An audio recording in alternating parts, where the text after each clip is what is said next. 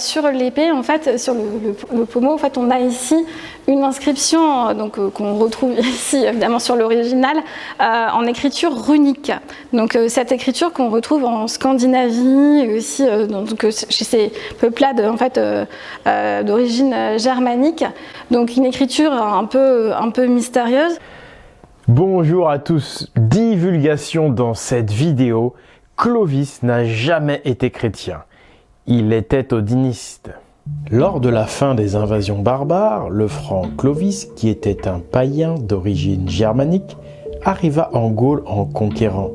Avec ses barbares, il battit la dernière armée romaine à Soissons, celle du chrétien Syagrius, roi des Romains, qui, depuis l'invasion de César, occupait une région équivalente au bassin parisien. Les Romains vaincus étaient chrétiens, alors que les Francs vainqueurs étaient odinistes. C'est toujours le vainqueur qui impose sa loi. Alors pourquoi diable le roi Clovis se serait converti à la religion des perdants? Nous allons démontrer dans cette vidéo comment l'histoire officielle sur la vie de Clovis prend sa source sur des textes falsifiés écrits près d'un siècle après les faits par l'Église romaine. Et comment en réalité la dynastie des Mérovingiens issue de Clovis était une dynastie de rois odinistes, c'est-à-dire qu'ils revendiquaient descendre du dieu Odin.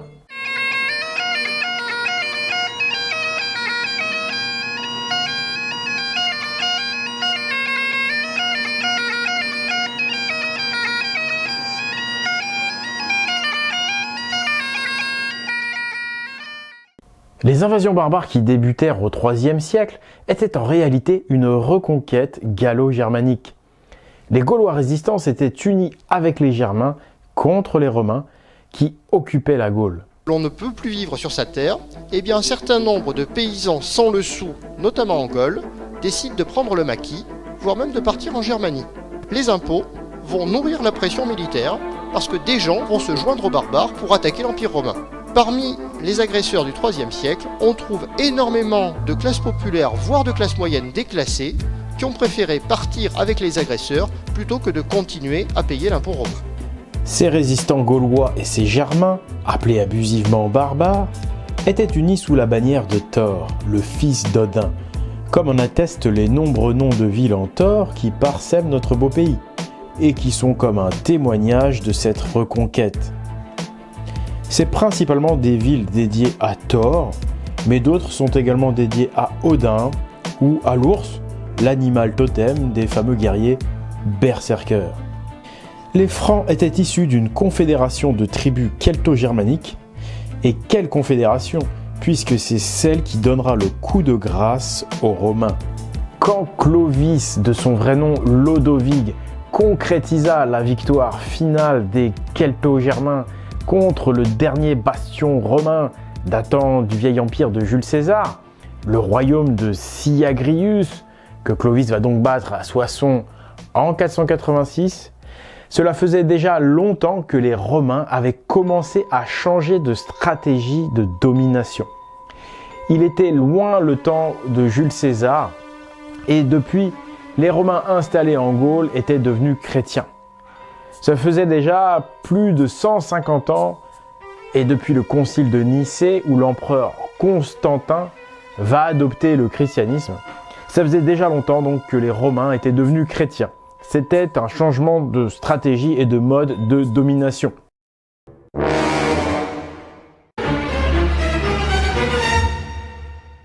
Les Romains avaient imposé cette religion au peuple qu'ils dominaient sous la pression des barbares. Les riches oligarques romains s'étaient réfugiés dans l'église catholique de Rome.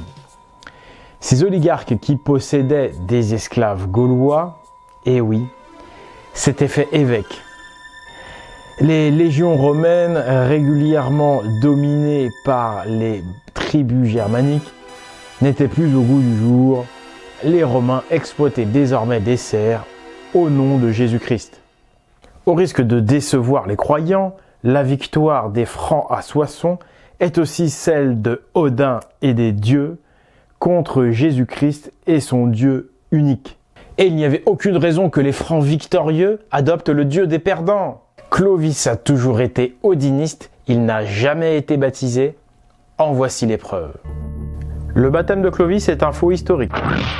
La bataille de Tolbiac, où Clovis aurait soi-disant imploré Jésus-Christ, n'a même pas eu lieu. L'histoire de Clovis et du vase de Soissons n'est qu'une vulgaire propagande religieuse. Ces 3 derniers points qu'on nous assène comme preuve de la conversion de Clovis ne sont que des histoires inventées un siècle plus tard pour convertir les gens à la religion chrétienne. C'est ni plus ni moins que du prosélytisme vulgaire. Et pourtant, on nous a raconté tout cela en cours d'histoire. Ça, c'est l'histoire officielle de France, racontée dans nos académies et nos écoles, soi-disant laïques. Car l'Église de Rome a transformé l'histoire de France en une propagande à la gloire du christianisme romain. Et pour donner du crédit à leurs mensonges, ils ont supprimé toutes les sources authentiques de l'époque mérovingienne. Et effectivement, nous ne disposons d'absolument aucune source de l'époque mérovingienne. Une époque de près de 3 siècles, quand même, c'est pas rien. Et aucune source. Ah si, sauf une. Bah oui, évidemment. Comme par hasard, la dernière source est une source catholique. Ce sont les écrits de Grégoire de Tours. Celui qui nous a raconté les fables sur le vase de Soissons, et la bataille de Tolbiac, où soi-disant que Clovis aurait été sauvé par Jésus-Christ à qui il aurait promis de se convertir. Toute l'histoire officielle de Clovis est basée sur les écrits de Grégoire de Tours, alors qu'il est parti pris puisqu'il est évêque de la ville de Tours, une ville, un enclos, une enclave romaine, né dans une famille de l'aristocratie tout aussi romaine, même s'il faut dire gallo-romaine, parce que les Romains qui habitent en Gaule, ce sont des gallo-romains, n'empêche que ce sont des Romains. Donc aucune source, à part celle d'un évêque romain, bizarrement concernant la vie de Clovis. Et pour l'époque suivante, après les Mérovingiens, c'est celle de la dynastie des Carolingiens, et bien là, donc après ce changement de pouvoir, bizarrement, là, on va à nouveau disposer de sources nombreuses, variées et abondantes. Et pour cause, les Carolingiens étaient inféodés à l'Église catholique de Rome. Et là donc, comme par hasard, on a des sources.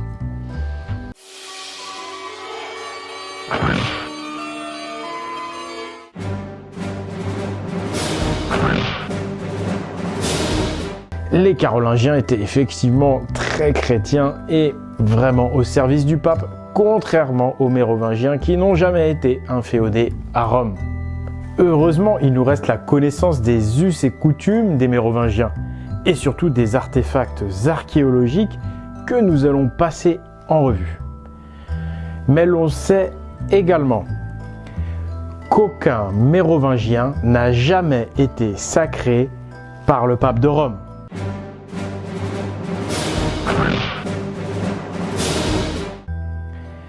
Le sacre d'un roi est une cérémonie judéo-chrétienne réservée aux rois chrétiens. Pourquoi les Mérovingiens n'ont donc-ils jamais été sacrés rois par le pape de Rome? Jamais été sacrés rois chrétiens donc. Tout simplement parce qu'ils n'étaient pas chrétiens mais bel et bien odinistes. Le couronnement rituel d'intronisation d'un roi mérovingien était druido-odinique. C'était le rituel du pavois. Le nouveau souverain prenait pied sur un pavois, c'est-à-dire un bouclier rond avec un humbo au centre qui symbolisait l'axe du monde.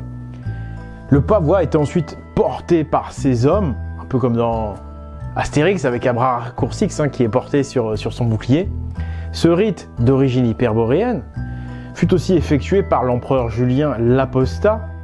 Julien fut le seul empereur à militer en défaveur du christianisme.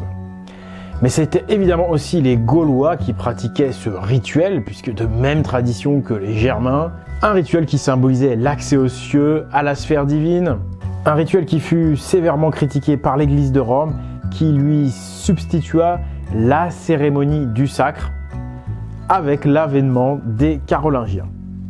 Sur le champ de bataille, Clovis, comme tous les chefs francs, se tenait à cheval.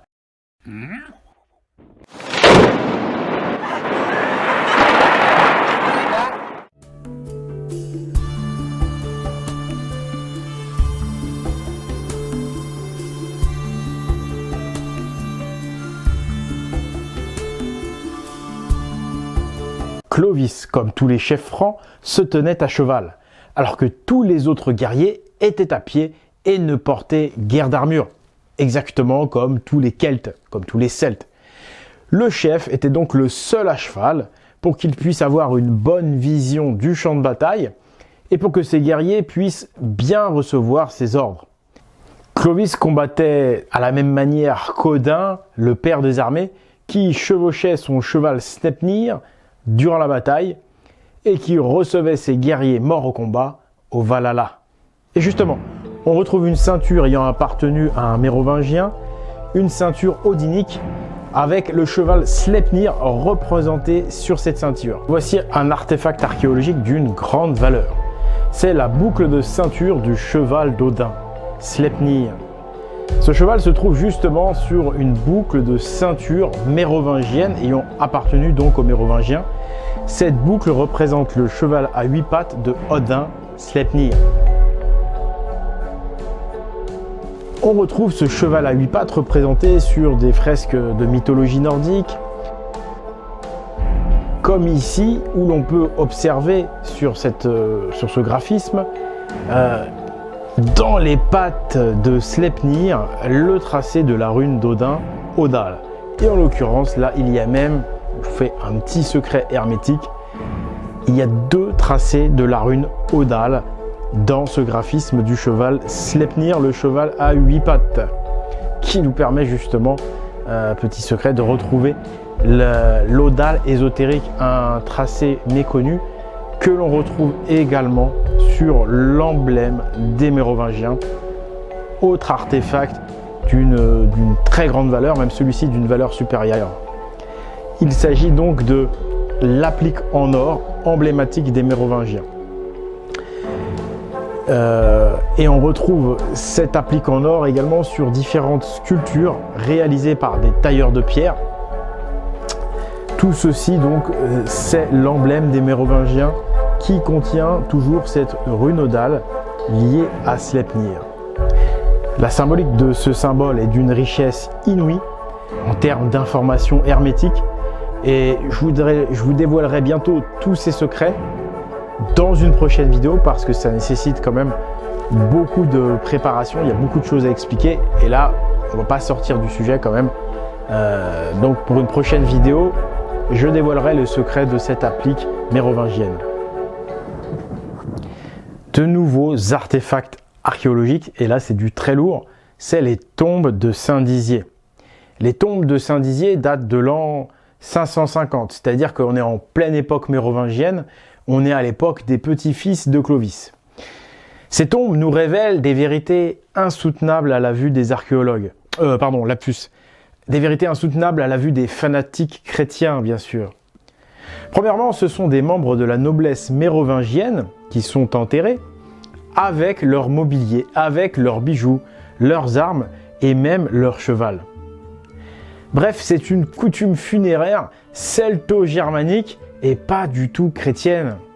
On n'a jamais vu aucun gallo-romain se faire enterrer comme cela, s'exclame Bruno Dumézil. Et pour cause, les gallo-romains s'enterraient à la façon chrétienne. Il reconnaît que ces découvertes sont stupéfiantes par rapport à l'idéologie officielle qui est tenue. La coutume funéraire romaine est similaire à la coutume funéraire chrétienne, qui est semblable à notre coutume funéraire à nous, Français modernes, c'est-à-dire on enterre le mort avec le minimum, avec rien du tout même en fait. On enterre directement le mort, mais certainement pas de l'or, de l'argent ou du mobilier, quoi. Les fouilles de Saint-Dizier ont livré un trésor riche d'environ 200 pièces. Le mobilier est totalement celto-nordique, bijoux en or, argent ou incrustés de pierres précieuses, armes exceptionnelles, verreries et vaisselle en bronze, objets en fer damasquiné. Tout ça, ça témoigne du haut rang des inhumés. 2 guerriers et une femme. Les guerriers faisaient partie de la garde mérovingienne car ils possédaient des anneaux sur leur épée. Alors les anneaux sur les épées relient les guerriers symboliquement au roi mérovingien. Et c'est là qu'on voit qu'ils faisaient partie donc de la garde des rois mérovingiens eux-mêmes. Le roi Clovis donnait donc des anneaux aux membres de sa garde rapprochée qui étaient dispatchés sur l'ensemble de son royaume. Il était le seigneur des anneaux. Pour ce qui est du guerrier de Saint-Dizier, c'est plutôt l'un des fils ou petits-fils de Clovis qui lui avait donné ces anneaux de dignité, puisque la datation des tombes de Saint-Dizier, c'est environ 550. Et là encore, ces anneaux, eh bien, c'est une tradition odinique. Ce sont des anneaux odiniques, une tradition qui a inspiré d'ailleurs Tolkien pour son fameux film Le Seigneur des Anneaux. Sur les poignées d'épée étaient gravées des runes. Sur l'une d'entre elles se trouvaient les 3 runes Ansuz, Laguz et Uruz.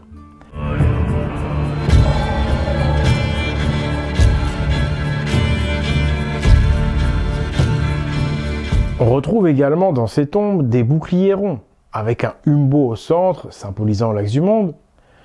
On y trouve également des fermoirs d'aumônières à tête de serpent. On y trouve un peigne en or, un chaudron, ce qui nous fait penser tout de suite au chaudron de Gundestrup, typiquement celte. Et puis, on trouve un cheval enterré avec son propriétaire. Alors ça, c'est vraiment typiquement celto-nordique. Et ben, ce cheval, évidemment, c'est à l'image du cheval Sleipnir que tous les chefs d'unité, les chefs combattants, le cheval de guerre avec lesquels les chefs combattent. Et dont la tradition est de s'enterrer avec son cheval. Bref, tout est 100% druido-odinique, il n'y a absolument rien de chrétien, et on est en l'an 550, à l'époque où gouvernent les fils et petits-fils de Clovis, qui sont donc toujours bel et bien odinistes. On en vient aux fêtes odiniques célébrées par les Mérovingiens, c'est-à-dire les banquets. Parce que c'est ça les fêtes odiniques, c'est des banquets. J'aurais pu aussi bien dire les fêtes celtes célébrées par les Mérovingiens, parce que c'est la même chose. Les Mérovingiens ne cessaient de tracasser le clergé judéo-romain de cette religion étrangère qui était pour eux le christianisme. Ils continuaient à célébrer publiquement leurs rites et fêtes odiniques en organisant des processions et des grands banquets au cours desquels ils mangeaient un auroch. Un auroch, c'est-à-dire c'est un très gros bœuf. Un auroch qu'ils avaient sacrifié conformément à la tradition hyperboréenne qui réglementait la chasse afin de protéger les animaux. En effet, dans la tradition, le sacrifice était le seul moyen légal de manger un bovin. Ensuite, on a les conciles catholiques celtophobes. Les catholiques romains seront en guerre perpétuelle contre l'odinisme. Entre 511 et 650, c'est pas moins de 22 conciles catholiques qui condamnent les païens. Païens, là on peut se demander pourquoi ils ne les nomment pas odinistes ou celtes, mais vulgairement païens. C'est un manque de respect évident qui traduit un suprématisme religieux bien romain. Toutes ces condamnations du reste sont abusives, puisque sous les Mérovingiens, le christianisme n'a jamais été obligatoire. Et oui, une autre preuve en est que dans la Gaule mérovingienne, les églises étaient sécularisées. Ces condamnations concilaires n'étaient donc rien d'autre que de la communication politique traduisant une ambition d'hégémonie religieuse. Mais pour nous, c'est très bien. Ces conciles témoignent encore en notre faveur et renforcent ce que nous affirmons. Les Mérovingiens, ainsi qu'une grande partie des Gaules, n'étaient pas chrétiennes, mais celto-germaniques, autrement dit, druido-odiniques. Et le style mérovingien, le style vestimentaire des premiers rois dits de France, premiers rois, nouveaux rois de Gaule plus exactement, eh bien les Mérovingiens comme Clovis portaient la barbe, les cheveux longs, un bouclier rond et leur arme favorite était la hache. Le style celto-viking par excellence, en opposition totale avec le style romain, cheveux courts, barbe et moustache rasées et un bouclier plutôt rectangulaire. Et il nous reste encore des artefacts archéologiques à passer en revue. L'art mérovingien compte une quantité de magnifiques artefacts d'art celtique, d'art dit germanique, bref hyperboréen. On a par exemple le svastika mérovingien, le symbole polaire utilisé par les anciens, et on a encore nombre d'autres magnifiques pièces d'orfèvrerie d'un art vraiment typiquement celto-nordique.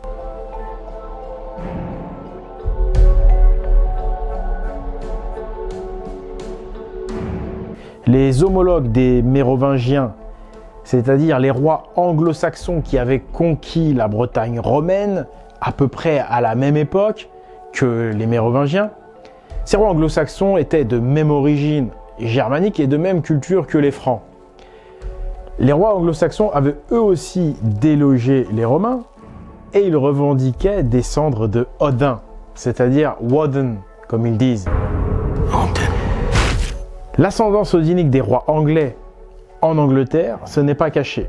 Bon, c'est vrai qu'il faut quand même bien chercher pour la retrouver, mais ça existe. Par contre, en France, il n'y a absolument aucune trace de cela, parce qu'il n'y a plus du tout d'écrits sur l'époque mérovingienne, mis à part donc ceux de Grégoire de Tours. Donc, il faut bien comprendre qu'en France, l'Église a fini par prendre un pouvoir démesuré qui lui a permis littéralement d'effacer tout ce qui la dérangeait. Et en l'occurrence, les premiers rois de Gaule, qui deviendra France, étaient odinistes, pas chrétiens, et ça donc ça les dérangeait beaucoup. Donc ils ont tout effacé. En Angleterre par exemple, on retrouve des sépultures de dracars vikings, alors qu'on n'est encore qu'au 6e siècle, à la même époque que les Mérovingiens en fait. On retrouve des rois anglais enterrés avec leurs dracars, ce qui montre aussi d'ailleurs que le phénomène viking n'a pas été unique en son genre durant l'histoire. Les invasions barbares étaient similaires aux invasions vikings dans bien des domaines. En réalité, c'était encore une lutte entre l'ancienne tradition et les Romains chrétiens. Les Vikings aussi avaient pour dieu Odin, un dieu qui avait déjà été adopté en Gaule bien avant leur arrivée. Car comme nous venons de le démontrer, la noblesse mérovingienne était odiniste, comme tous les celto-germains de Gaule qui refusaient la domination de l'Empire et de l'Église romaine. Les résistants gaulois alliés aux Germains étaient unis sous la bannière de Thor et Odin.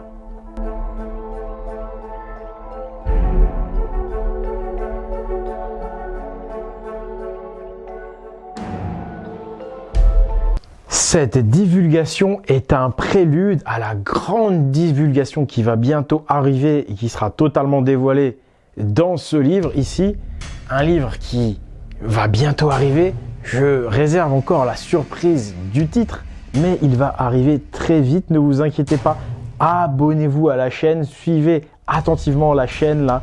Dans les toutes prochaines vidéos, là, ça va s'enchaîner très vite. Ne ratez rien, restez abonnés. Pour cette grande divulgation, donc, cette première vidéo n'est qu'une première pierre. Je suis Oleg de Normandie, vidéaste indépendant, écrivain indépendant. Je suis également historien alternatif, indépendant. Je suis également développeur de site internet puisque je développe pour cette chaîne et pour l'association Pagan. C'est moi qui ai développé les 2 sites internet. Bref, je suis 100% autonome et sincèrement, c'est pas facile tous les jours. Donc, si vous pouvez me soutenir sur le Tipeee de l'Esprit Viking, c'est le financement participatif. Je vous en remercierai beaucoup et ça aidera la cause que j'essaie de servir, la vérité, dévoiler la vérité pour que justice se fasse. Et si vous pouvez partager cette vidéo, ce serait vraiment intéressant parce que la vérité ne vaut que si elle est diffusée, partagée. Donc pour cela, la balle est dans votre camp. Si vous pouvez diffuser l'information par le biais de cette vidéo, ce serait vraiment très très bien. Et puis voilà, je voulais remercier également tous ceux qui me soutiennent depuis le départ, les membres de l'association Pagan, la poignée de gens quand même qui m'entourent, parce que je suis tout seul sur tout ce qui va être travail technique, travail intellectuel. Mais il y a quand même des gens aussi dans l'ombre qui me soutiennent pour des petites choses autour qui ne se voient pas, mais qui sont également importantes. Donc je les salue également. Et voilà, je vous donne rendez-vous très vite, toujours sur cette chaîne. Attention, ça va aller vite maintenant, ça va être la grande divulgation. Donc, à très bientôt. Merci de m'avoir suivi. Merci à ceux qui me soutiennent depuis le départ. C'était Oleg de Normandie pour vous servir. Et surtout pour servir la vérité. À bientôt, au revoir.